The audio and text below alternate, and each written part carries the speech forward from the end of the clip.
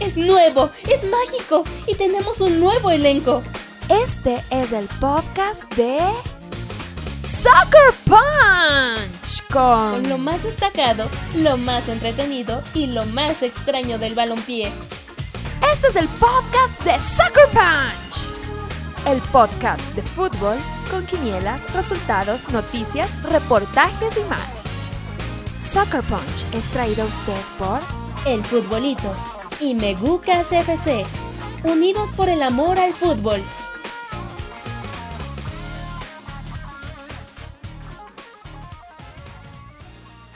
¡Atención! Se acaba de meter un aficionado a la cancha. No, esperen. Alguien ha denunciado a Senegal por usar magia negra. ¡Uy! Otra vez Boca y River destrozaron el McDonald's del Obelisco. ¿Quién decidió que México va a jugar con Portugal en Estados Unidos? ¡Otra vez! ¡Alto, por favor! ¿Qué está pasando aquí? Todo esto es tan random como esta sección.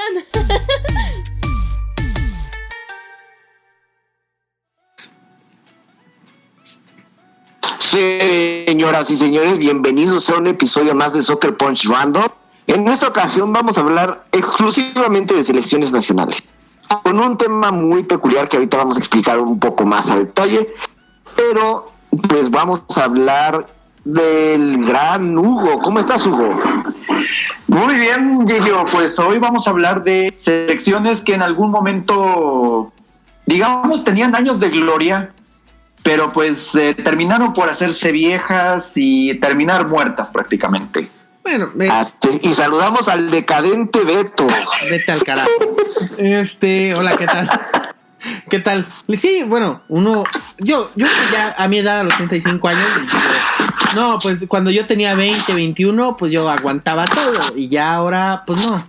Este es el caso también de las selecciones. Hay muchas selecciones que en algún punto llegaron incluso a finales de Copas del Mundo, pero ahora pues ni de broma huelen un mundial. Así es. Y bueno, vamos, como el tema ya lo expresamos, ya lo vieron ahí en el título, vamos a hablar de los grandes decadentes. No ponemos los auténticos porque si no YouTube nos tira el video. Trunks. Lo siento, necesitamos hacer un chiste malo después del programa anterior. Uh-huh. ¿Qué les parece si empezamos con una selección europea que prácticamente tuvimos un emperador de allá? Austria. Así es, Austria. Vamos a hablar de The Wonder Team. Österreich. ¿Cómo se dice en alemán? Österreich.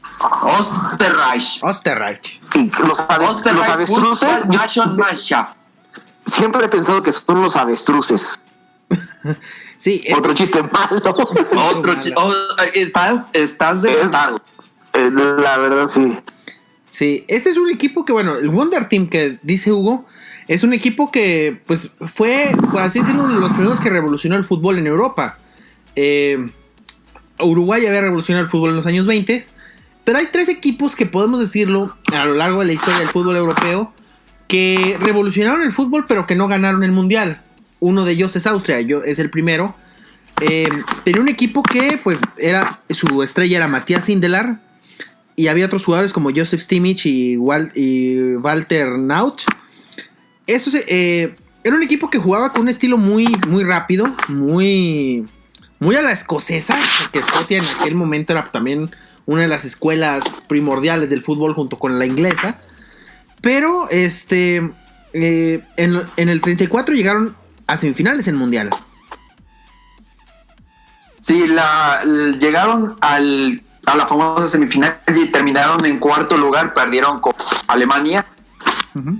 Y es de Matthias Sindelar, que es considerado el mejor jugador en la historia de Austria. O sea, estamos hablando de hace ya casi 100 años y no es posible que Austria no haya podido cosechar otro gran futbolista como lo fue el que decían muchos era el Mozart del fútbol. Apodo más austriaco imposible. Porque Austria nos ha dejado un montón de compositores conocidos. O sea, nos dejó a Mozart, Nos dejó a los niños cantores de Viena. Pero también el Wonder Team, que obviamente por la época, era una época donde no se transmitía el fútbol, no se veía por televisión. También fue un llamerito, porque también en Berlín, en los Juegos Olímpicos del 36, pues se quedaron en el segundo lugar. O sea, se convirtió en una especie de Cruz Azul, por así decirlo, ¿no? Sí, se quedaron con la medalla de plata en el 36. Y de ahí en fuera viene la decadencia precisamente por la Segunda Guerra Mundial, que muchos de ellos pues tuvieron que unirse a las filas del ejército nazi. Uh-huh. Y algunos pues que eran de herencia judía pues les dieron Gasparín, por decirlo así. Sí, sí, de hecho. Pero no todo estaba perdido, porque en el 54 regresaron. Sí, pero bueno, antes de eso, antes de que mencione Gillo lo del 54, el equipo en 1938, el equipo, pues en marzo llega la anexión de la Alemania nazi.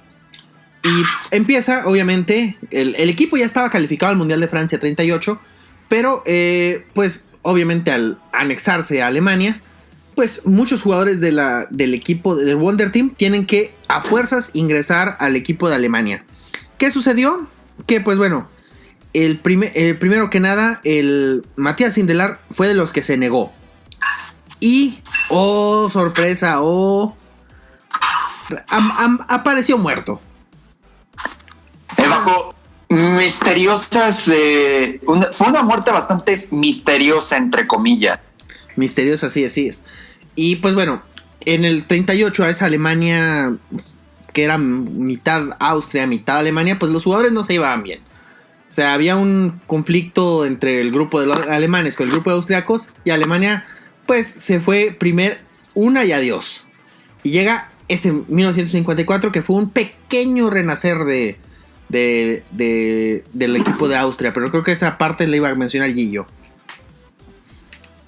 Sí, pues en 1954 en Suiza, territorio neutral, pues también calificaron al Mundial después de, como mencionaba Beto, se retiraron del Mundial del 38 y también del Mundial del 50, pero reaparecieron y tuvieron una destacada participación. Quedaron en el tercer lugar del Mundial. Perdieron en semifinales contra Alemania. Yep. Sí, contra Alemania. Ya. Para que les duela más todavía. Sí. O sea, para que la cuña apriete. Así es. No, y deja tú, esa semifinal arbitrada por un italiano. No, o sea, el combo. Pero es el mega combo. Y luego ya vi por qué recayeron. Eso fue como así el Manuel Cruz Alta de Villaluz. O sea, Austria tuvo el combo. Queremos hacerlo todo en contra. No, y aparte, espérate, primero tuvieron que jugar en cuartos de final un partido en Lausanne a 40 grados centígrados contra Suiza. Y ese partido, pues hubo todo menos defensa, porque acabó 7-5. Es el partido con más goles en la historia de las Copas del Mundo. Y de hecho el portero austriaco, ¿sabes qué fue lo que preguntó al terminar el partido a un periodista? ¿Qué? ¿Cuánto acabó ¿Cuál fue el marcador? Neta, preguntó eso, porque el güey perdió total noción de lo que sucedió en el campo. O sea, se olvidó de todos los goles que le metieron. No supo cuántos le metieron. Pues le dijeron, ganaste 7-5. Ah, ok. Gracias. Y se fue para su casa. Y bueno, en ese equipo del 54 destacó alguien que ya mencionamos, Ernst Happel. Yep, Ernst Happel. Ernst Happel que jugaba para el Rapid de Viena y que le significó este mundial irse al Racing de París, y que es considerado también, pues, Sindelar podría ser el mejor y podría ser el segundo mejor jugador de Austria, tanto así que pues el Estadio Nacional de Viena lleva su nombre, el Ernst Happel Stadion. Uh-huh. Sí, y después de ahí empezaron a dar pena. En el 58 calificaron, pero quedaron en el lugar 15 de 16. Sí. En el y 78 México se atrevió tanto. No. 78 y 82 calificaron y llegaron a la segunda ronda. Sí. no les fue tan mal, traían una buena generación. En el 78 por fin le pudieron cobrar una Alemania, porque Alemania jugaba el último partido, si ganaba y se combinaba con un resultado, podía llegar a la final. Tenía que ganarle a Austria, pero pues no, mi ciela. Austria les ganó 3-2. Y pues ahí se acabó, por así decirlo, el rencor con Alemania, porque luego en el 82 no se tentaron el corazón para pactar con los alemanes. Sí, eso después. Sí. Luego en el 90 tuvieron su peor participación hasta ese momento, quedando en el lugar 18. Pero en el 98 calificaron en su última participación en Copas del Mundo. Lo platicamos hace poco, quedaron en el grupo B con 2 empates y una derrota. Lugar 23. Y metiendo todos los goles de último. Tampoco les ha ido bien. No, porque en la Eurocopa tuvo que esperar 48 años para jugar una, y no fue porque hayan clasificado, fue porque pues fue el anfitrión. Así es. Y pues básicamente lo único que sirvió esa Euro del 2008 fue para que Ivica Bastic se hiciera borracho por toda su vida. Ya lo comentamos en el programa Fue una gran anécdota. el de Francia 98, que fue el único jugador austriaco en anotar. Y por eso una marca de cerveza le va a patrocinar el resto de su vida dotación de cerveza. Nunca le va a faltar cerveza. No, y de hecho, para antes, como preámbulo a esta Eurocopa de Austria-Suiza, de hecho los austriacos les preguntaron de que si iban a ir a los partidos de la Eurocopa de su selección, y la mayoría dijo nine, porque pues no confiaban en su selección, no creían que iba a haber decían, no tenemos una generación brillante, no calificamos a Alemania 2006, probablemente no clasifiquemos a Sudáfrica, tenían razón, y no había, el único que podía destacar, podría decirse, era David Alaba, y todavía era un chavito. ¿David Alaba jugó esa Euro del 2008? Creo que no. A ver, no, porque ya tendría 30 y no. No, y David Alaba, pues bueno, es creo que el jugador más destacado actualmente de Austria. Es el multiposición número 1 del mundo. Sí, o sea, David Alaba fácilmente podría ser el tercer mejor jugador de Austria. Vamos a ver qué puede hacer en la Eurocopa de 2021, que Austria está calificado. Y vamos a ver si es un renacer del Wonder Team o será otro ridículo estilo Francia 98. A ver, les tengo un dato muy bueno. Tengo que no lo creo mucho porque pues también lo estoy viendo en Wikipedia. ¿Quién me manda, verdad? Ajá. No, pues sí. Que ha jugado 137 partidos contra Hungría y ahí es cuando le presta veracidad. No, pues. Bueno, es que son... Es que ni el clásico español... O sea, es que ni el clásico español creo que tenga tantas ediciones, pero ahí contra Alemania ahí les tengo el 40 partidos. Pongámosle 46 contando la Alemania del Este. 10 victorias para Austria, 10 empates y 26 derrotas. Ouch. Pues no se podía esperar de otra manera. Digo, una ha sido potencia por muchísimos años y la otra pues nada más a ratos. Sí, y hay jugadores que sí están en la Bundesliga, pero no son, digamos, así que tú digas, uy, qué cracks. Bueno, sí, o sea, ves el caso de David Alaba y pues de ahí no creo que haya mucho de dónde sacar aquí.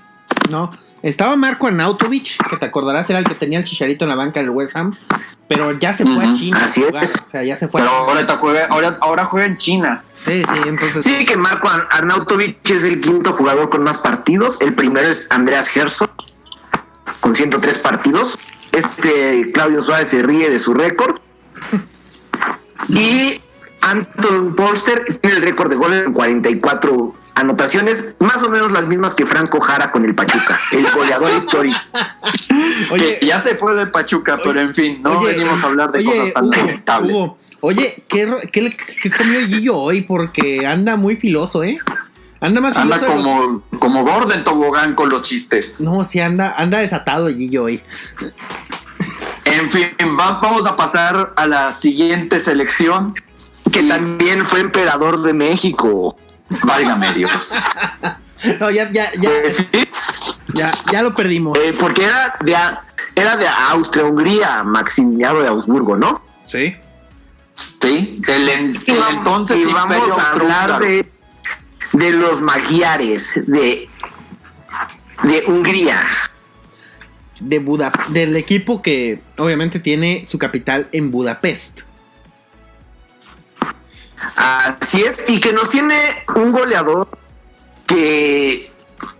un premio que lleva su nombre. El premio Puskás, precisamente por Ferenc Puskás. Uh-huh. Y este equipo que perteneció a ese bloque del este, de Europa del Este, la Europa del Este que daba miedo. Sí, pero incluso antes de eso llegaron a una final de mundial. Antes de la del 54, en 38 llegaron a una final. Así es, que perdieron, obviamente, porque si no ya los tendríamos como campeones. Contra Italia. 4-2. Así es. Y que por cierto el portero de Hungría dijo después del partido, porque en varios goles dijeron, cuentan las críticas, y digo, hay imágenes de ese partido, pero sí, hay goles en los que sí me parece que tenía algo que ver. Y dice el portero húngaro, pues estoy triste porque perdimos, pero estoy contento porque le salvé la vida a los jugadores italianos. Porque obviamente había jugadores italianos amenazados por Mussolini. Qué bondadoso. Sí, qué bondadoso.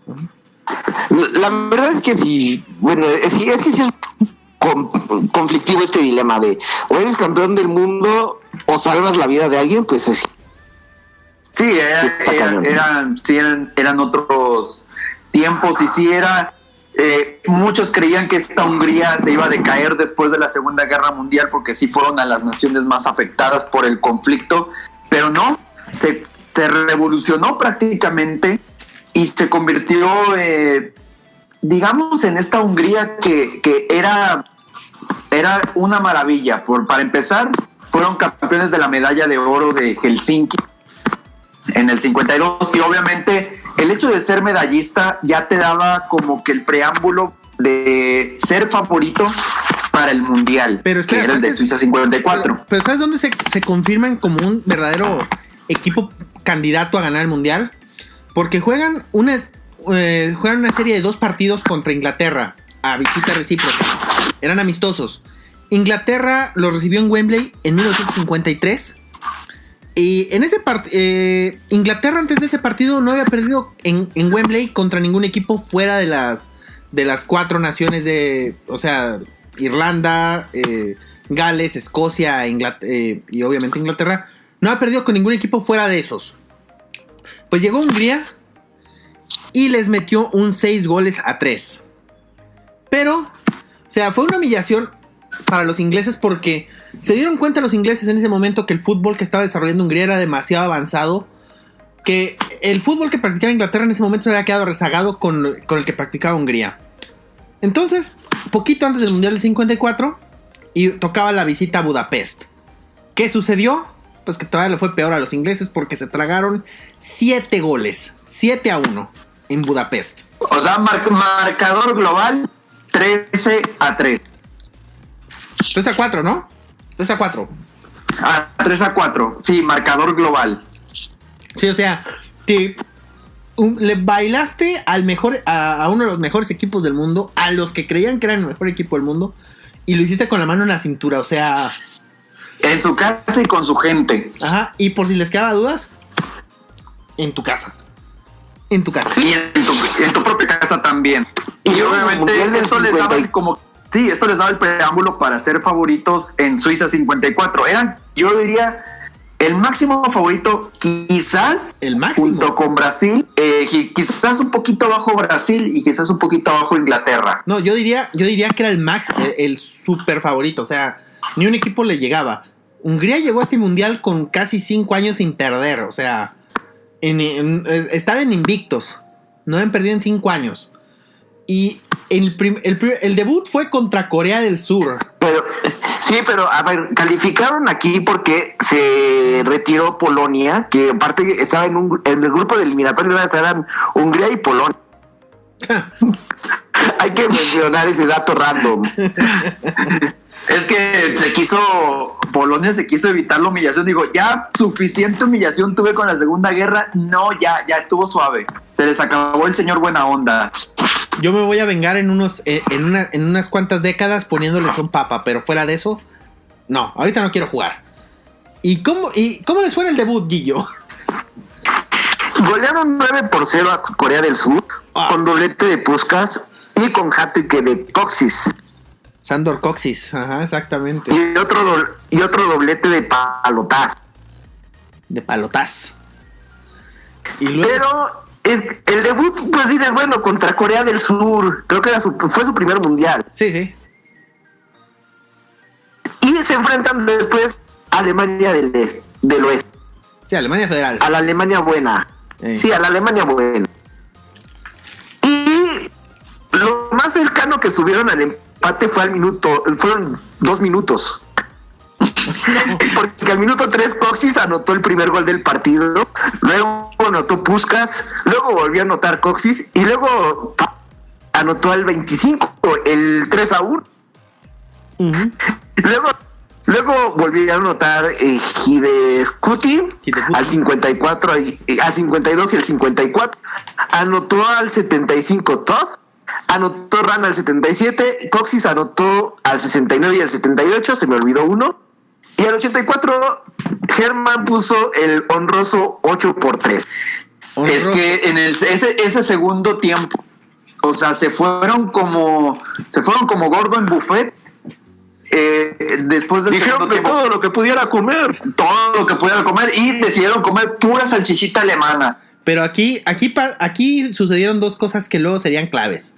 Alemania sabía que iba a perder el partido, lo sabían perfectamente.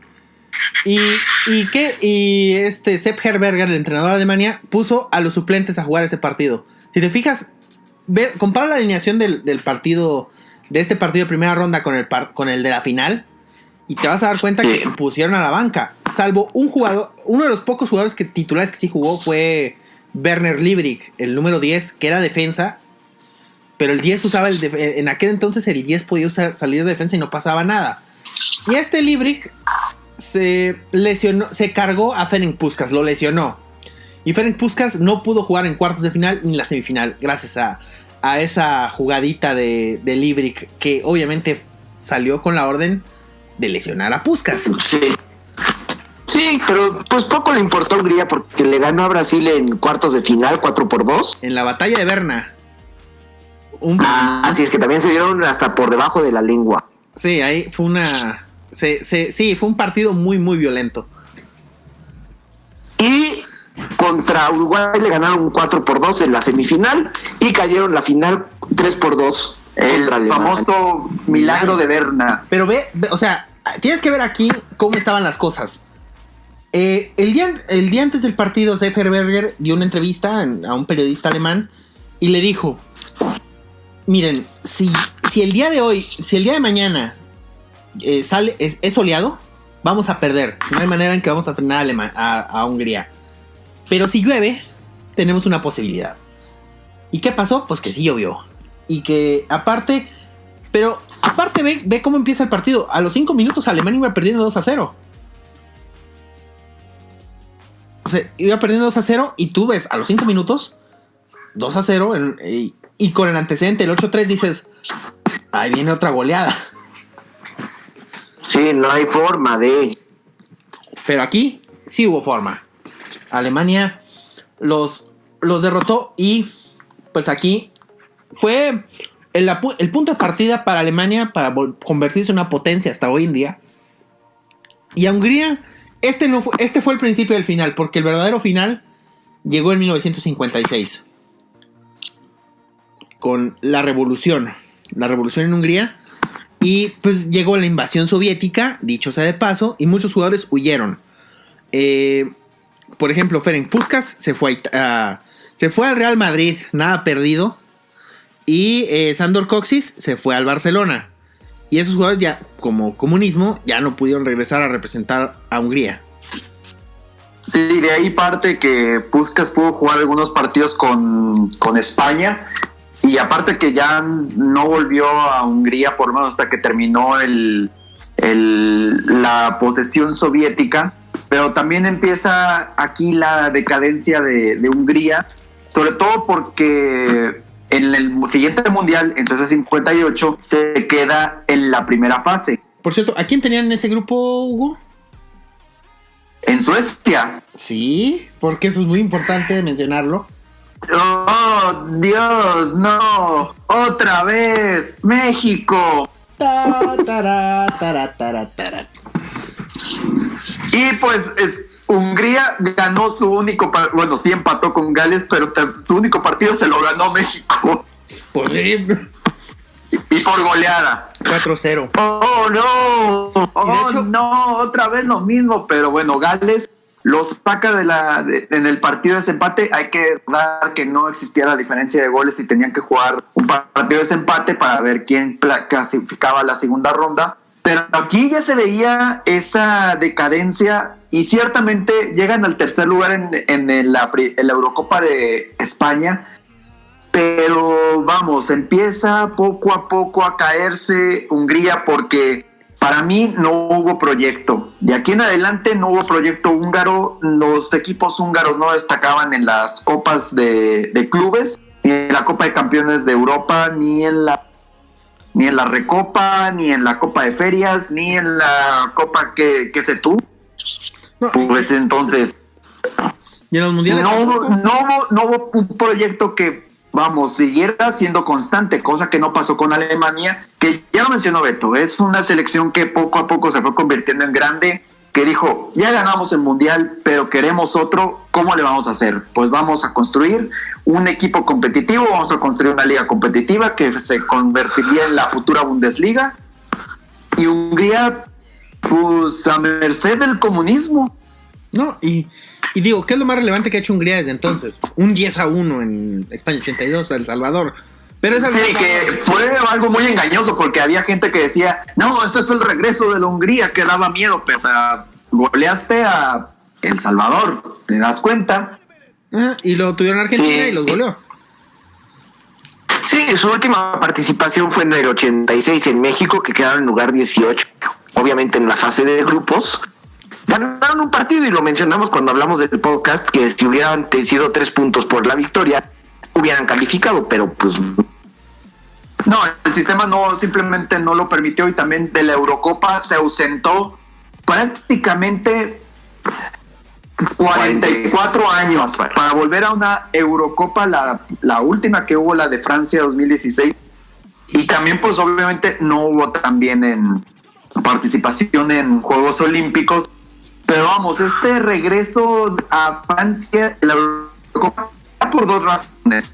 Una, por el sistema, porque la Eurocopa de 2016 ya permitía más equipos. 24. En lugar de 16, te amplía a 24. Y le permitió clasificar porque era ese sistema de los terceros también se pueden colar. Pero ganaron el grupo, ¿no? Si no mal recuerdo. De hecho, eso fue lo más... Sí, o sea, les contra Portugal, Islandia y Austria. Sí, que no eran ni favoritos, decían, no, pues puras mentiras aquí, y sí, o sea, le gana a Austria y empata con Portugal y empata con Hungría, digo con Islandia. ¿Y qué fue lo más? Sí, pero sí gana el... Lo más relevante que trajeron en ese Euro es que tenían al papá portero. A sí. al que jugaba con pantalones, pantalonera gris, así como si estuvieras, sí, como el papá portero en los llanos, básicamente. Sí. ¿Cómo ven? No, ni yo me atrevo a eso. Sí, pero hay algo muy importante que hay que mencionar, que tiene a 2 de los 5 mejores goleadores en el siglo XX, en partidos internacionales, obviamente. Sí, pero los mencionas en un lapso de mediados del siglo XX, o sea, no es que hayan estado en épocas diferentes. No, los dos fueron de la década de los 50, Puskás y Kocsis. Sí, te habla de 74 y 75 goles respectivamente. Te habla de un éxito bastante pasajero. Y sí, lo que puedes destacar ahorita pues es el portero, o sea, Peter Gulaxi, que juega en el Rasenball. Pero fuera de ahí, ves la última convocatoria. Va las dos, Susan. Ay, es que es la última convocatoria y no hayas de dónde hallar, o sea, ya no hay húngaros que puedes decir, híjoles, que juegan en el Real Madrid como Puskás, juegan en el Barcelona como Coxis, o sea, pero no. No, pues nomás Ves la última convocatoria y está bastante bananera, la verdad. Sí, nomás Gulaxi, y tiene un cuate que está jugando en Kazajistán, o sea, por favor. Por favor, seriedad, Hungría, seriedad. No. Y a ver, veamos. Y Salai, ¿no? También. Tenemos jugadores del. Y Salai, el que juega en el Hoffenheim. Sí, tenemos a uno que juega en el Sporting Kansas City. Wow. O sea, para que convoques a alguien que está en la MLS y tú estás en Europa, ¿qué te quiere decir? No, de los más destacados está Salai, como mencionaba ahorita Beto, que juega en el Mainz. Está Roland Salai, que juega en el Fribourg. Tenemos en el Salzburg al número 10, a Dominic Szoboszlai. Y Adam Nagy, que juega en el Bristol City. Sí, y Gulaxi. Y obviamente el capitán Susak, que juega en el Al Ain. No, pues wow. Y el No, pero es que ya es veterano, ya está pensando en el dinero. Mi cochino dinero. Y bueno, pasamos a otra selección. ¿A cuál? Pasamos a una que, digamos, tuvo una época buena, luego tuvo una separación y medio le iba bien y ahorita no figura en ningún lado. La selección de Checoslovaquia, o para los amigos, la República Checa. Sí, que es la verdadera sucesora de Checoslovaquia. Jugó dos finales de mundial. Sí, más que nada, vamos a hablar más que nada de Checoslovaquia, o sea, 2 finales de mundial. La de Italia 34, que por obvias razones la tenía que perder. Pues ni tan obvias, y la de Chile 62, que ya lo comentamos en el podcast de Chile. Sí, que también por obvias razones lo perdió, pero ahí sí fueron diferentes las razones. No, aquí sí fue por razones deportivas. Sí, porque era obvio que ibas a perder contra Brasil del 62. Sí, que esa Checoslovaquia, bueno, la del 34 perdió por, obviamente, la presión de Mussolini con los arbitrajes. Y era un partido que aparte se fue a tiempo extra, fue la primera final que llegó a tiempo extra. Y obviamente la del 62 se toparon a Brasil, que se lo habían topado en primera ronda porque compartía un grupo con España y con México. ¿Qué sucedió cuando jugaron con México? ¿Qué pasó? Lo de siempre. No, señor. Ganamos. No clasificamos. Ganamos, pero no clasificamos. 3-1 le gané. Fue la primera victoria de México en mundiales frente a Checoslovaquia. O sea, fue una victoria. Vaya. Con suplentes. Sí, pero ganamos. Nos hemos ganado. En ese mundial tuvieron al mejor. Y aparte íbamos perdiendo al minuto 1. No, ni siquiera al minuto 1, a los 20 segundos. Sí, pues al minuto 1 ya estamos. Sí, de hecho creo que antes del gol de Hakan Şükür en 2002, este fue el gol más rápido de la historia. Sí, el mundial. De los mundiales. Sí, y bueno, en ese mundial del 62 tuvieron al mejor portero de ese mundial, a Wilhelm Cruyff. Pero adivina qué pasó. Hizo un Oliver Kahn en la final. Se tragó 2 goles en la final. Un gol a primer palo y uno donde va a atrapar un centro, como que el sol lo termina cegando y se le escurre como moco el balón. Sí, y bueno, a partir de aquí, de este subcampeonato de Checoslovaquia, empieza como me va bien en un mundial, me va en otro, me va bien en un euro, me va mal en otra, hasta que llegó 1976, la Euro de Yugoslavia. Esta es una de las euros con una historia muy bonita en el fútbol. A ver. Cuéntanos. Pues, es la que en la semifinal fue, ¿no? Que se fueron hasta la tanda de penales. Uh-huh. En la final. Y había un muchachito, un mediocampista, que cobró el penal de una manera muy particular al picar el balón, esperando que el arquero se aventara hacia uno de sus costados y el balón entrara lentamente por el centro de la portería. Sí, un penal. Este muchachito de nombre Antonín Panenka. Así es. Y así nació una leyenda. Y gracias a Panenka se han cobrado penales históricos así, de esa manera. Y también otros tantos ridículos. A Panenka le debemos por partes iguales héroes y ridículos al mismo tiempo. Héroes de la talla de Loco Abreu y ridículos de la talla de Loco Abreu. de la talla del Loco Abreu. Entonces, porque obviamente ya lo hemos No, comentado, pero- Ponchito, no. ¡Ponchito! Y bueno, Panenka, que ahora es presidente del club que lo vio nacer, el Bohemian. O sea, Sí, hombre ley. y corrijo, fue en la final, no fue en la semifinal, fue Sí, en la final. o sea, campeón de la Euro con un penal de esa forma, ganando la Alemania y siendo ídolo del Bohemian y ahora siendo presidente del Bohemian. El verdadero hombre ley. Uh-huh. No, y luego el bigotazo que se carga mi Anthony Panenka. Impresionante, o sea, impresionante el bigotazo. Sí, y creo que si no me equivoco, sí, este sería el único título de Checoslovaquia. De hecho, es el único que ha ganado títulos de los que hemos mencionado. Ah, no, ganó la medalla de oro en Moscú 80. Uh-huh. Y además de todo, se llevaron vuelo para ir jugar. Ya en su última generación, como Checoslovaquia, jugó el Mundial del 90 en Italia. Sí. Y llegaron a cuartos de final y tenía una generación bastante interesante de Checoslovaquia. O sea, la Checoslovaquia ya era más bien como este equipo que no es favorito, pero tampoco es que lo vas a dejar. No te lo quieres encontrar. No lo quieres en el grupo porque es un rival indigesto. Es un rival que de repente te puede llegar a sorprender. Y eso sucedió también en muchísimas ocasiones.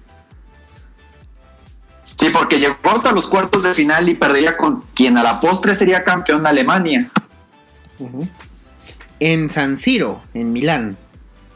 Ese partido. Y Además es el mata gigantes de los gigantes.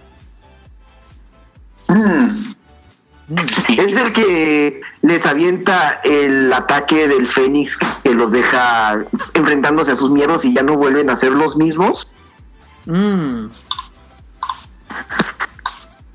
Yo diría que sí. Sí.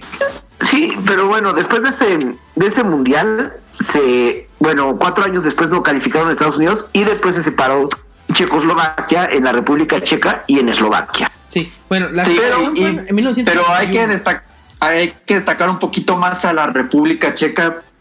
Eslovaquia, para mí, solamente es Marek Hamšík y ya no existe. Sí. Sí. Y la República Checa, en cambio, ha tenido un par de generaciones de futbolistas. Bueno, nada más, realmente una. Ahorita que me puedo pensar, nada más tuvo una generación muy buena. ¿Pero qué generación? Muy buena. La generación de la que fue del 96 a la Euro del 2004. Sí, que tenías a Pavel Nedved, que tenías a Poborski, tenías también por ahí a Milan Baros, que jugó en el Liverpool, a Jan Koller. Que esa Marek Jankulovski, Rosicky, que jugó en tu Arsenal, a Griguera, un jovencito que tampoco hizo nada, Peter Sech. Sí, en el Chelsea, en tu Chelsea, Hugo. O sea, todos tuvimos ídolos en nuestros equipos ingleses de la República. Pero ahorita que tiene República Checa, esa es la pregunta. Bueno, ahorita la República Checa está esperando disputar, digamos, el repechaje, por decirlo así, la última chance para ir a la Euro de 2021 y no clasificó al Mundial de Rusia. De hecho, como República Checa solamente ha clasificado a Alemania y Sí. Y fue subcampeón de la Euro del 96. Sí. Semifinalista de Portugal 2004 y calificó también 2008, 2012 y 2016. Sí, que la de 2016 también dio pena. Y ahorita lo destacado de la República Checa, No hay. Es que por ejemplo tenemos, bueno, tal vez el portero Tomás Bati del Sevilla, que ya está algo veterano, ¿no? Sí, ya tiene 31 años. para portero todavía aguanta. Sí. Bueno, sí, pues todavía te aguanto un poquito. Quizás de lo más prometedor podría ser Patrick Schick de la Roma. Sí. El capitán, y no siempre es jugador de titular. Siempre hay que poner ahí en una fichita, ponerle un asterisco a los que son capitanes. Y en este caso es Vladimir Darida, que juega en el Hertha Berlín. En Hertha, un equipo que odia a Hugo, dicho sea de paso. Y uno de sus delanteros de su última convocatoria del Fútbol Club Dallas. Ah, no. No, Zdeněk bueno. Odrasek. O sea, si te das cuenta que ya caíste muy bajo. Y mira, fíjate Sí. que le hiciste bullying a Eslovaquia ahorita, Hugo, con el comentario de que pues, Eslovaquia es Marin Hamšík. Pero, ¿quién de los dos? Los dos han ido a un mundial, cada uno. Pero, ¿quién tuvo mejor participación en mundial? Spoiler. Eslovaquia. Eslovaquia, exactamente. En 2010. Sí, Eslovaquia al menos pasó su grupo y eliminó a Italia, dicho sea de paso. Y a Nueva Zelanda. Bueno, Y que sale en grupo con Nueva Zelanda, Italia y Paraguay. sí, o sea, sí podemos decir que Eslovaquia sí tuvo una mejor participación en un mundial. Pero aún así digo que, bueno, también de ahí podríamos destacar de Eslovaquia a Martin Skrtel Sí, ay, Skrtel. y a Robert Vitek. Con Skrtel yo tenía una relación amor-odio, jugaba en el Liverpool. Y ay, Dios mío. Ay, Dios. Pero, ¿de qué forma? ¿Eh? No, es que Skrtel era, híjola. ¿Cómo te lo describo? Ese. El goleador en activo con más goles de Eslovaquia lleva 12 goles. Tomás Desi. Ni Franco Jara El que había está- tanto. Marek Jankulovski, siendo lateral izquierdo, anotó 11 goles. No, bueno. Para que veamos la decadencia de esta selección checa, que sí, otros jugadores así checos de esa generación, Jaroslav Plasil, Vladimir Smisser, Tomás Ufalusi, todos esos jugadores con más de 70 partidos internacionales, y ahorita pues así nadie se acuerda de dos. Sí, y de Eslovaquia, de los jugadores actuales, híjola, No, hombre, es que. creo que puede destacar Laszlo Benes, que juega en el Borussia Mönchengladbach. Y ya. Milan Skriniar, que a veces juega en el Inter, a veces. Ujú. Y pues veo de la última convocatoria y, o sea, sí tiene un poquito más, pero vamos, hay uno que está en el Minnesota United, o sea, no hay seriedad. Mejor vámonos a otro equipo. Antes de que me enoje.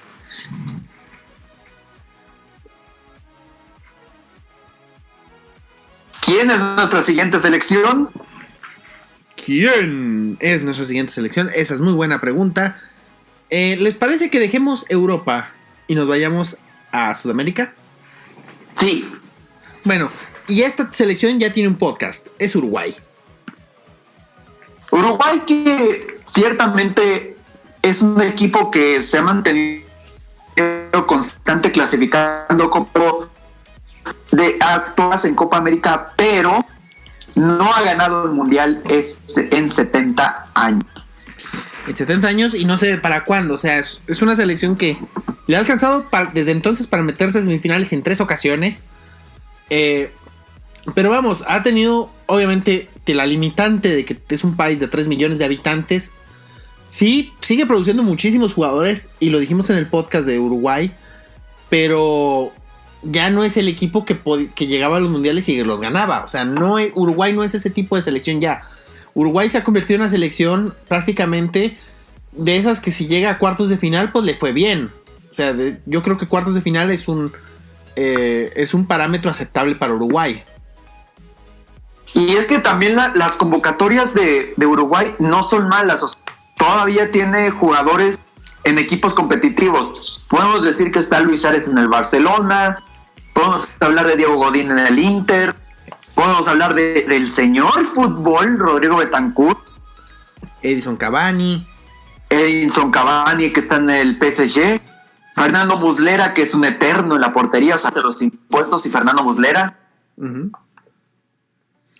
Sí. Entonces, sí, tiene conjuntos competitivos, tiene jugadores en la élite, pero quizás esa élite no le esté alcanzando para llegar más allá como lo hacen otras selecciones que últimamente han sido campeones de mundo. No, y aparte... Y quizás sí le alcanza para ser campeón de la Copa América, uh-huh. Pero vamos, o sea, no es un conjunto que tú digas es mi máximo favorito. Eso, o por ejemplo, en Rusia 2018, ¿quiénes eran sus favoritos? En Rusia 2018 era Francia, también Alemania la considerábamos, aunque le fue como en feria.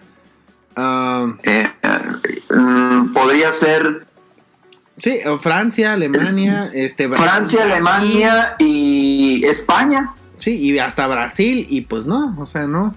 Uruguay no. Y no, pero que tú menciones Uruguay como favorito.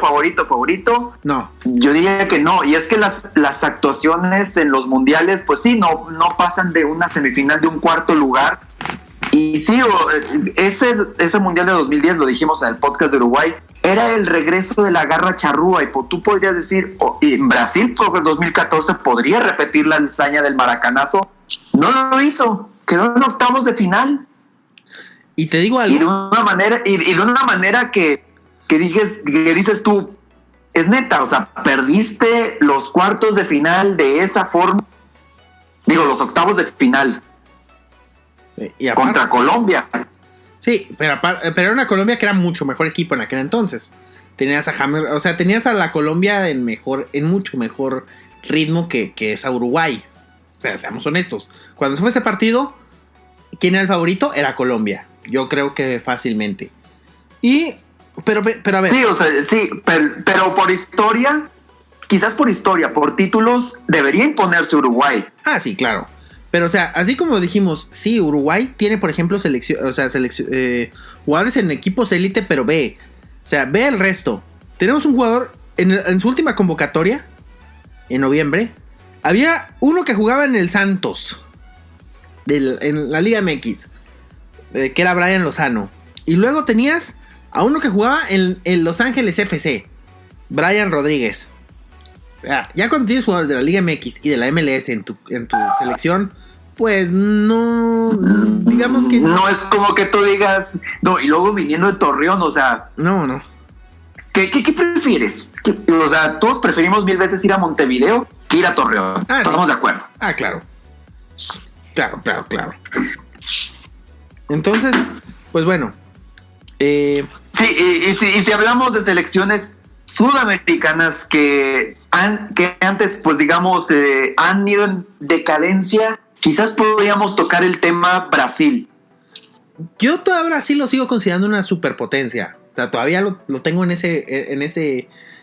Digamos que. Pero digamos que Brasil, entrando en polémica, uh-huh. Entrando en estas polémicas de que Brasil en los últimos años sigue siendo una superpotencia, sus jugadores están en la élite de Europa y del mundo, podremos decirlo así, pero es una selección que se ha vuelto descafeinada. Ah, claro, que ya no es el Brasil de antes, por supuesto. y que aparte es una selección que, aunque mira, si algún día, digamos, vuelve a ganar un equipo americano en un mundial, yo creo que la va a ser Brasil. Yo sigo pensando que es la... Sí, claro, o sea, va a ser Brasil por lo que hemos visto en los últimos años de Argentina, porque Uruguay no le da tanto el gas. Y pues vamos, lo que hemos comentado, lo comentamos en el episodio de México 70, que antes pues, los jugadores brasileños jugaban al unísono, y ahorita es una lucha de egos, que lo hemos visto como una constante desde 2002, y sobre desde todo, el último campeonato de Brasil. Y lo vemos sobre todo con un jugador como Neymar, o sea, que es un tipo, que es un buen futbolista, pero yo creo que está sobrevalorado. Yo creo que es bueno, pero que, digamos, ponerlo en el... Para mí Neymar siempre ha sido un tipo que puede explotar al máximo, que pudo haber sido el crack de esta década, incluso ponerse a la altura de CR7 y Messi, pero la actitud, ese fue el problema, la actitud y el carisma, porque para mí Neymar no tiene carisma, no tiene ese carisma de Ronaldinho, de Ronaldo, de Romario, de incluso de tiempos más atrás, de Zico, de Sócrates. Obviamente Pelé no tiene ese carisma, no tiene personalidad, es el jugador farol, es el jugador niño rata. Sí, porque mira, si en la comparación Messi-Cristiano siempre sale mal parado. Cristiano es un tipo que será lo que quieran, pero es un tipo que trabaja, o sea, es uno de los jugadores que más trabaja en el mundo, y te lo dice cualquiera que lo ha tenido en su club. Cualquier entrenador que lo ha dirigido te va a decir que Cristiano es una bestia en los entrenamientos. Es un tipo que se mata en los entrenamientos. Y Messi, lo mismo en los entrenamientos. También dicen que es uno de los jugadores que mejor entrenan en el mundo. Y Neymar... Vamos. Sí, o sea, es el compromiso. O sea, son los pequeños detalles que para mí hicieron que Neymar no llegara a ese mismo nivel. Y aparte es un jugador que ya tiene 28 años y que yo creo que ya no va a dar más. O sea, yo creo que ya la mejor etapa de Neymar ya la vimos. Sí, y aparte pues su error fue haber ido al Paris Saint-Germain en busca de ser protagonista, pero sorpresa, llamado Mbappé. Y lo que decíamos Brasil, ahorita lo de Brasil no destaca por su delantera como en el 70, destaca por su defensa y su portería. Sí, porque mira, Brasil ahora, a diferencia de otros años, tiene un portero élite. Tiene uno de los mejores tiene en la portería uno de los 3 mejores en la portería. Pues ya vimos el portero de México 70 que la portería daba pena. Sí, la portería daba pena. Y ahora tiene uno de los mejores 3 porteros del mundo, Alisson Becker. Entonces, sí cambiaron mucho los papeles en Brasil. Y antes Brasil siempre tenía un delantero que te daba miedo. O sea, siempre tenías a Ronaldo, tenías a Romario, tenías a Bebeto. Y no, o sea, ya no, o sea, y Neymar no es un centro delantero. A ver si sí. Guillo. Sí, bueno, también algo de diferencia del Mundial de Brasil de 2014, que fue su caso, por lo menos recuperaron jugadores de los equipos élite. Sí. Porque los brasileños como que se devaluaron más por como del 2010 al 2016 más o menos. Y ya volvimos a tener jugadores como el mismo Neymar, que ya lo mencionaron, pero también ¿cómo se llama el del Barcelona? Arthur. Sí, Arthur. Arthur, está William, está Gabriel Jesús, que pues sí es mucho más joven y carga con la responsabilidad del ataque, pero también tienes a Roberto Firmino. Sí. O este jovencito que está destacando en el Real Madrid, ¿no? Así es, y ya estás recuperando jugadores en equipos élite, y si los cobijas con jugadores como Thiago Silva, como Marcelo, Alisson, Casemiro, pues vas a tener pues una proyección de que tal vez para el 2022 va a ser un equipo mucho más competitivo de lo que fue en las últimas 2 décadas. Sí, bueno, Brasil quizás no vaya a ser el juego, pero va a seguir siendo una superpotencia. Pero para mí, de 2000, quizás de 2000 a 2018 hemos visto, yo creo que la versión más descafeinada. Sí, y por ejemplo, más yo no diría que es decadencia, más diría de descafeinada. Y por ejemplo, Roberto Firmino, que ahorita decía lo del centro delantero. Roberto Firmino, yo creo que es el mejor falso 9 del mundo. Pero es esa la clave. Falso 9. Es un jugadorazo, Firmino. Sí. Es un jugadorazo, pero no es un goleador nato. Brasil siempre tenía una. Yo me acuerdo cuando fue la Copa, que fue Copa América 2015, que llevó Brasil a Roberto Firmino. Sí. Me acuerdo que falló una, la voló. Sí, me acuerdo. Y los de Televisa estaban diciendo, no, este jugador que ya no tenemos delanteros importantes en Brasil, que lo traen del Hoffenheim, así burlándose del Hoffenheim y todo eso. Y vemos ahorita dónde está Firmino. Sí, en el Liverpool, o sea, en uno de los mejores equipos del mundo. Y aparte es pieza clave. Y uno de los equipos más goleadores de la década. Sí, aunque curiosamente en el tridente Firmino, Salah y Mané, pues digamos que Firmino es el que menos goles mete. Sigo, la responsabilidad de los goles. Pero es muy importante en el Liverpool. Clarísimo, o sea, yo creo que es todo lo que hace que el equipo juegue alrededor de. Así es. Eso es lo que tiene Firmino. Firmino no te da el valor de un centro delantero tradicional. Te da muchísimas otras cosas. Te hace juego para los demás. Y eso es una de las partes que también yo creo que Brasil por fin tiene un delantero de esas características. Y lo vimos en la última Copa América. En el Mundial pasado le tocó ser banca. Y bueno, aún así nos metió gol en el Mundial pasado. A Firmino siempre se le han dado bien los equipos mexicanos, si te pones a ver. Porque en el Mundial de Clubes, ¿a quién la anotó? Al Monterrey. Exactamente. A Firmino siempre se le ha dado meterle gol a equipos mexicanos. Pero bueno. Ahora, cerramos el tema Brasil. Y bueno. ¿Sí? El tema Brasil, porque hay que ir porque vamos a ir con un equipo. Porque esto es África. Porque esto es África. Y esto es Egipto. Egipto, la tierra de los faraones, de las maldiciones en las tumbas, de las pirámides, y donde nos dejó Ricardo Lavolpe joyas, también con el Pyramids FC.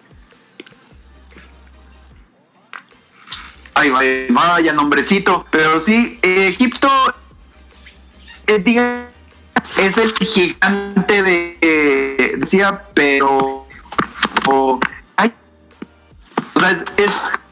es el máximo ganador de la Copa Africana en desde. A ver, se está cortando un poquito, ¿qué decías? Sí, desde la 2000 la Copa Africana se juega prácticamente 2 años con la Copa. Es decir, ya han pasado 5 ediciones y no la hagan. 5 ediciones que no ha ganado. Y es un torneo que a Egipto se le daba muchísimo. Egipto no califica mundiales rara vez lo hace. Pero la Copa Africana es de los equipos que casi siempre que siempre estaba ahí y la ganaba. Pero ahora ya ni eso. Sí, nada más ha calificado a 3 mundiales. Sí. Al de Italia 34, al de Italia 90 y al de Rusia 2018. Que terminando en Rusia en el lugar 31. Sí. Y que se hablaba mucho de no, es que Egipto el rival a vencer del grupo y sí se puede. Porque todos creían que con Mohamed Salah iba a ser la revelación iba a ser el equipo africano por excelencia. Pero hay un problema, que es Mohamed Salah y otros malditos troncos. Y encima Mohamed Salah llegó lesionado al Mundial. O sea, venía con el problema, ¿te acuerdas de la final de la Champions contra Real Madrid? La lesión que le propinó Sergio Ramos. Entonces, ya para empezar te lo perdiste unos cuantos partidos y llegó disminuido. Y luego, cuando tu mejor jugador fuera eso es Mohamed El Neni, que Guillo lo conoce bastante bien, pues ya estás en el... Ya estás en el rollo. Por cierto, Mohamed El Neni, yo me acuerdo que Osvaldo Sánchez en las narraciones de Televisa decía, qué jugadorazo, que debería estar en otro equipo más importante. A ver, ¿no has visto el Neni? A ver, para empezar, no hay equipo más importante que el Arsenal. No. Punto. No, bueno. Perdón, pero le salió. Pero sí está en el Arsenal y lo quieren un equipo más importante y es Mohamed El Neni. Uh-huh. No, pues No, pues es que Osvaldo Sánchez nada más ve fútbol de Santos y de Chivas. Sí, y aparte el Neni, a ver, tú le vas al Arsenal y yo lo que sé, los aficionados del Arsenal lo odian. Sí, Sí, es entonces, bastante mediocre. Sí, o sea, Hay jugadores si que hablamos- quieren ser protagonistas en el medio campo, pero es como un chatón en un Chatón Enríquez, no, que pues. parece una pared de florón, que corre mucho, pero no hace nada con el balón cuando lo tiene en sus pies y cuando no lo tiene come. No, es muy malo el Neni, seamos honestos. Y sí, o sea, es que digo, hoy en día tiene a un jugador élite, yo creo que es Mohamed Salah, yo creo que es el mejor jugador que ha dado Egipto en toda su historia, creo yo. Pero vamos, un solo jugador pues no te hace Es que no puede ser el mejor jugador de la historia de una selección tan poco competitiva como Egipto. En cuanto a mundiales, en cuanto a las copas africanas recientes, no puedes depender de un crack como Mohamed Salah. Entonces va a ser de estos jugadores Mohamed Salah que va a triunfar en el Liverpool, que va a seguir ganando, pero su selección no creo que le alcance más. No. Y aparte, encima, el peor defecto de Mohamed Salah es que es un jugador increíblemente personalista. Ese es el gran problema de Salah. Entonces lo mezclas eso con Egipto y pues no hay buena combinación ahí. Pero, vamos, llegaron al Mundial de Rusia por Mohamed Salah. También eso tenemos que ser honestos. Sí, o sea, llegan al mundial prácticamente por él, pero va la clasificación también de África es bastante bananera. No, y África, ya lo hemos dicho en varios podcasts, que para mí es una confederación increíblemente sobrevalorada. Sí. Y que siempre tenemos expectativas, bueno, la mayoría tiene expectativas con los equipos africanos para... Ay, sí, ahora es un mundial, ahora van a hacer revelación porque está este jugador, por ejemplo, está Mohamed Salah en el Liverpool o en años anteriores, está Michael Essien en el Chelsea, Drogba en el Costa de Marfil. Drogba en el Chelsea, y así nos vamos a ir yendo más y más atrás. Y vamos, ves el grupo de Egipto que le tocó para Rusia y es Uganda, la Ghana que ya no da miedo y el Congo. Sí. Y es que yo creo que, pues sí, en África, cuando un equipo, por ejemplo, Ghana, que quedó en cuartos de final en Sudáfrica, Mali, que no lo hizo mal ahorita en el Mundial, aunque no calificó. Y otro equipo de esos que le podemos dedicar una parte de este programa, Nigeria, que cuando han llegado lejos es porque no tienen una individualidad de la cual dependa. No, y de hecho, cuando a Nigeria mejor le iba es que tenía un equipazo, o sea, tenías a Taribo West, tenías a Nanko Kanu, tenías a Babangida, A Babayaro, Babangida. a JJ Okocha, o sea, tenías un equipo bastante fuerte. Y la del 2014 era un equipo mucho más discreto, pero un equipo más parejo. Y ahorita la última de 2018, pues sí fue más, digamos, también igual, discreto. Y aparte ya sabes que vas a perder contra Argentina. Sí, o sea, ya saben los nigerianos a lo que van. Les van a poner el grupo de Argentina y los van a dejar en primera ronda. Lo que ha sido una tradición desde hace un Pero rato. lo más sobrevalorado de Nigeria son sus uniformes. Ah, sí. Ah, sí, claro. Por supuesto. El uniforme más sobrevalorado de la historia lo vimos en Rusia, sin duda alguna.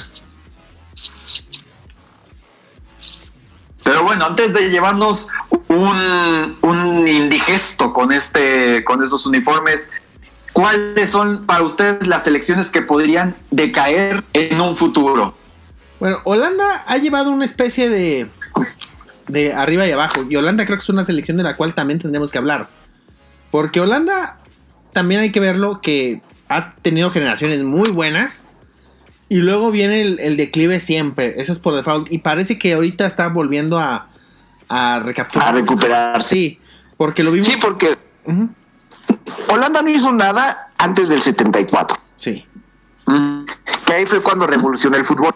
La famosa naranja mecánica. Y le alcanzó para llegar a las finales del 74 y del 78. Con Johan Cruyff y compañía. Pero en el 82 no calificó, ¿verdad?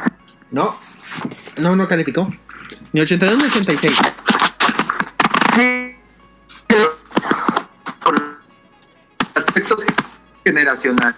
Sí, aspectos generacionales. A ver, se nos está perdiendo un poquito, Hugo. Se nos está perdiendo en el alcohol. Sí. Se nos está perdiendo en el alcohol, pero bueno. Creo que se refería a las generaciones, de que de la generación de Cruyff, Neskens y Resenbrink, luego pasaron unos años para ver a la generación de Gullit y de Van Basten. Y luego de ahí la retomó Dennis Bergkamp y Patrick Kluivert, todos esos jugadores. Esa generación también se fue de salida, no calificaron un mundial. Y llegó ya la generación de Robben, de Sneijder, y Van Nistelrooy. de Van Nistelrooy, y ya volvió, se fue esa generación, tuvieron su crisis, y ahorita está la generación de Ligt, de Van Dijk, entonces de Wijnaldum, o sea, está De regresando Frenkie. y está regresando Holanda, o sea, está poco a poco regresando. Veremos ya en el futuro cercano si se confirma este regreso de Holanda, pero es una selección que ha sido un sub y baja. Es un sub y baja, pero no creo que a futuro sea una selección que vaya a decaer, una Hungría, una Checoslovaquia o los casos que ya mencionamos. ¿Yo sabes quién creo que es una selección que yo sí creo que va a caer pronto? Bueno, que está cayendo. Y Gillo me va a reventar, pero lo tengo que decir, Italia. Lo de Italia va más por lo que está pasando. Ya lo hemos mencionado, la crisis que hay en la Serie A, el aspecto económico, el aspecto ahora con la crisis de la pandemia, no sé qué tanto va a agravar Italia. También con muchos equipos no están apostando por inversiones fuertes. La Serie A no es una liga que muchos jugadores quieran ir, a menos que te llames Juventus. Entonces sí puede haber una especie de yo le veo mucho futuro a esta generación que ahora está dirigiendo Roberto Mancini, que sí puede hacer algo en la siguiente Eurocopa y quizás para el Mundial de Qatar. Sí creo que puede haber algo, pero si no se trabaja esta generación, y si no se hace algo con la Serie A, entonces sí va que vuela para hacer otro grande en decadencia. Yo voy a meter polémica. Primero que nada voy a meter polémica porque no creo que sea una selección grande. Pero la tengo que mencionar. Y creo que ya saben de cuál hablo. Es una selección. ¡No! ¿Es una selección México. triste rojo? México. México. Yo creo que va a tener una decadencia muy grande y el mundial que se va a jugar aquí en 2026 va a ser una decepción. Es que mira, yo sí puedo estar de acuerdo, sobre todo por lo que ya mencionamos en el programa de lo de la liga. Para empezar, la liga no hay proyecto, no hay consistencia, no hay descenso y ascenso, hay mucha mediocridad. Un montón de cosas que tú me puedes poner y yo te puedo decir, sí, va a decaer. ¿Le va a alcanzar para clasificar a Qatar? Por supuesto. ¿Va a ser el anfitrión en 2026? Claro. Pero ¿qué garantías va a haber a futuro con estas decisiones que se están llevando las generaciones? Y cómo están yéndose jugadores que no juegan en Europa, que no rinden en Europa. Entonces, y es que y eso lo he mencionado muchas veces. 2030. Eso es lo que he mencionado muchas veses. El mexicano que no se va con el... O sea, que o triunfo desde el principio o no voy a triunfar. Sí, pues no hay los medios influyen mucho. Por ejemplo, tenemos a Diego Lainez, que tiene Diego Lainez 19 años. Sí. Y Y es que no juega en el Betis, ¿para qué se lo llevaron? Mejor se hubiera quedado en el América, aquí sí jugaría. Pero vemos jugadores que no despuntaron pronto en Europa. Ya lo mencionamos ahorita, Mohamed Salah, por ejemplo. Sí. ¿Y cuánto se tardó en despuntar? Mohamed Salah hasta que llegó a la Roma. Empezó de petardo en petardo. O sea, Mohamed Salah le fue muy mal en el Chelsea. Luego se fue a la Fiorentina, donde medio se recuperó. Y luego ya en la Roma. Luego se fue a la Roma. Sí. O sea, pero sí. Y tenemos así muchos casos de jugadores jóvenes que se van a Europa. Y yo siento que la educación futbolística que les dan en Europa es mejor que aquí la de México. Sí, y aparte que también hay que mencionar que muchos jugadores mexicanos están optando por la comodidad millonaria de la MLS. Yo no voy a juzgar que quieran irse a la MLS por dinero. Hasta yo lo haría. No voy a juzgar esa parte. Pero la parte deportiva es la que sí voy a juzgar. Porque en lugar de estar jugando, de hacer competencia en Europa, prefieres irte a la comodidad de la MLS, una liga bananera, la poca competencia, y pues a costa de ganarte tus milloncitos. Es que te digo a mí cuál es el principal problema que yo veo. Es que, por ejemplo, nuestro fútbol mejoró muchísimo cuando empezamos a competir en Copa América. Y en Libertadores. Libertadores. Que nos podemos quejar mucho de la organización de la Libertadores y demás, pero nos daba la oportunidad de competir con los equipos importantes de América. Nos daba chance de competir con los brasileños, de competir con los argentinos. Y ahora no. O sea, ahora nada más vamos a aliarnos más con la MLS. Vamos a incluso hasta funcionar la liga. Y eso nada más en lo económico va a beneficiar, pero en lo deportivo no le veo beneficio por ningún maldito lado. Y además, y además, o sea, el mexicano, ahorita el fútbol mexicano está en una zona de confort muy fuerte. Porque la gente aquí, porque es CONCACAF y CONCACAF va a la baja, también eso tenemos que ser honestos. Costa Rica y Honduras y El Salvador son selecciones que cada vez dan más pena. Costa Rica está de bajada. Y Estados Unidos no calificó. Y Estados Unidos viene de bajada. Entonces, el nivel de CONCACAF viene a la baja. Y estamos ya tan en la comodidad de que vamos a calificar al Mundial. O sea, lo damos por sentado siempre.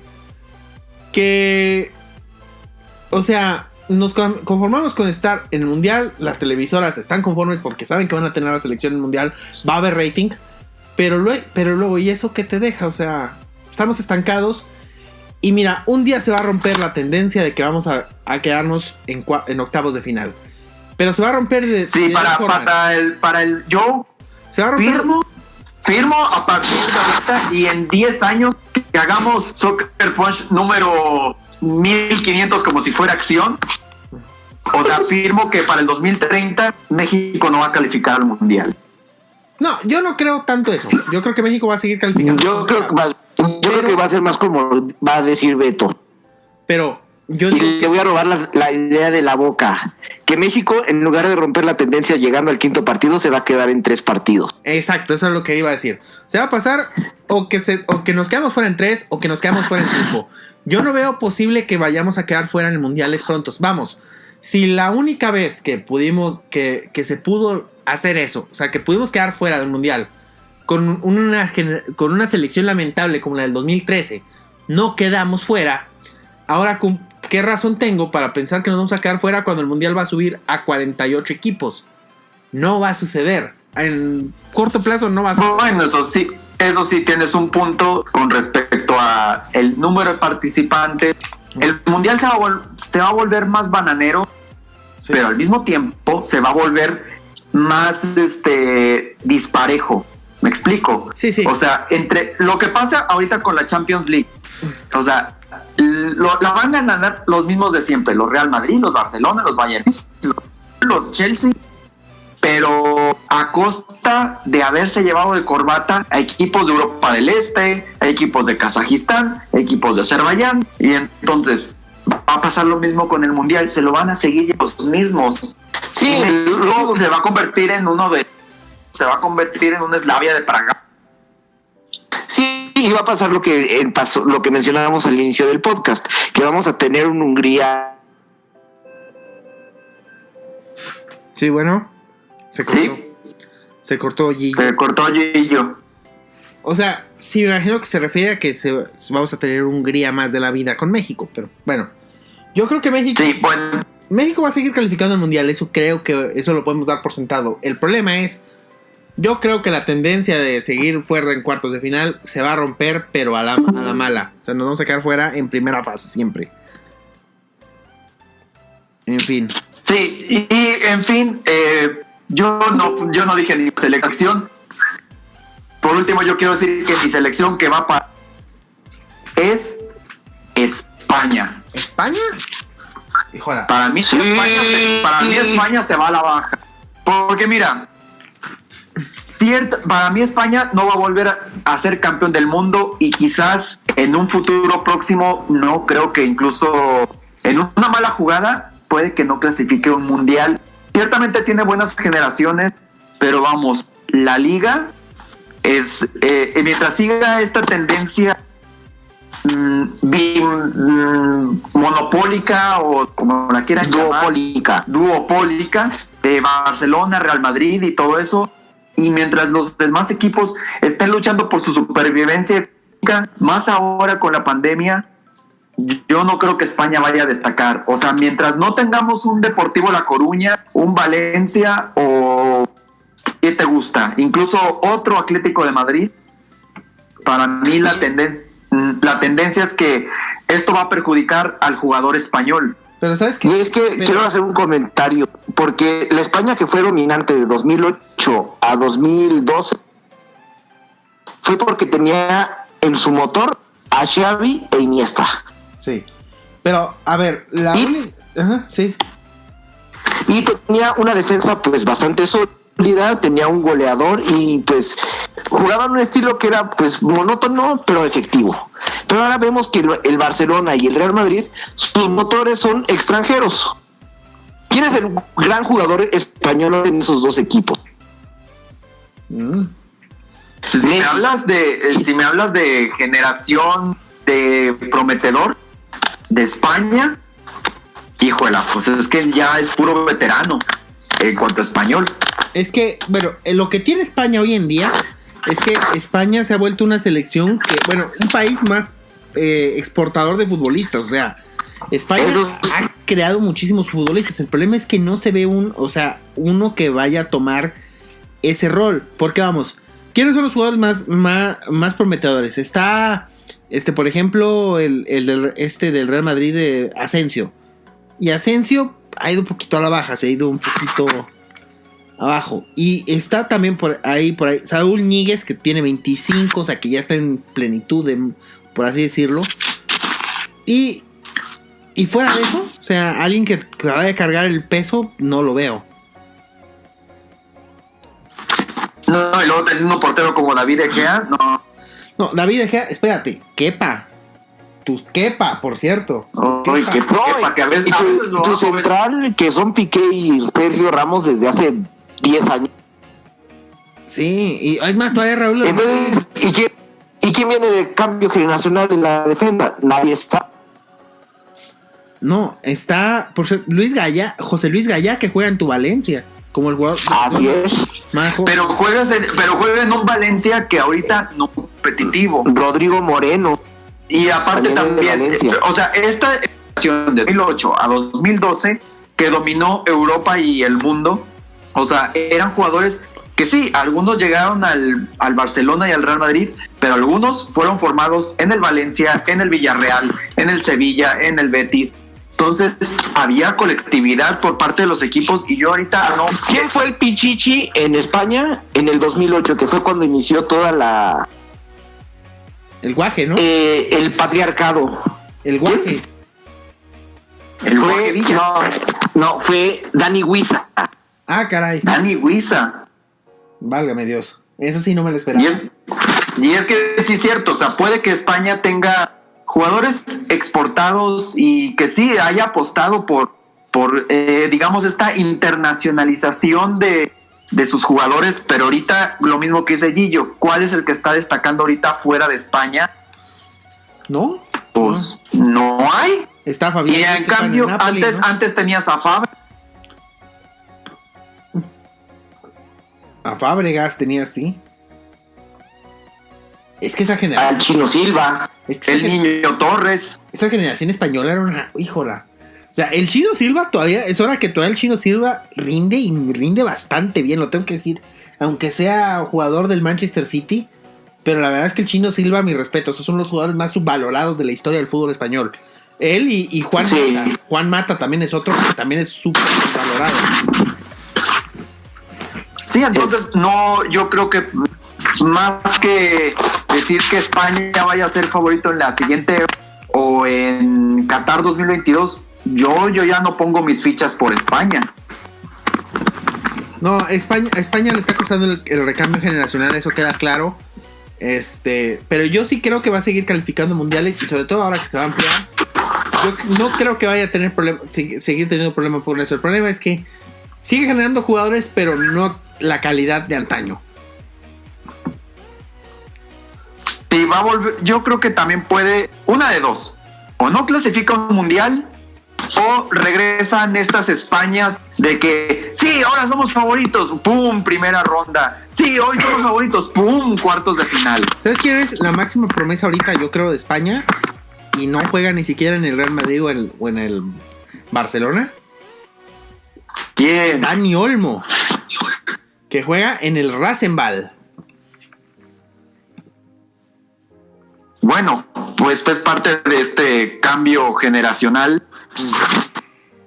Entonces vamos a ver si esto del Rasenball funciona y puede destacar un equipo más grande. Y lo que se por ve, lo pronto, y aparte lo que se me hace raro de él es que no nació, o sea, no es de fuerzas básicas de España, o sea, él estuvo en el Dinamo de Zagreb antes de, y luego ya dio el brinco al Rasenball. Pero veremos qué sucede con esto. Pues bueno, yo creo que ya es momento de despedirnos. Porque si no le vamos a dar la vuelta al mundo y vamos a hablar de Corea del Sur y vamos a hablar de Australia y no es el objetivo. No, vámonos. Arrivederci. Hasta aquí este episodio de Soccer Punch. Recuerda que estamos en Spotify, iVoox y iTunes, en todas como Soccer Punch. También nos puedes seguir en Twitter como @elfutbolito.mx. Danos un like en facebook.com/elfutbolito.mx y apoyarnos monetariamente en patreon.com/elfutbolito. Soccer Punch es una producción conjunta de El Futbolito y Megucas FC, unidos por el amor al fútbol. Gracias por escuchar. Locución: Nancy 3V. Producción: Alberto Domínguez.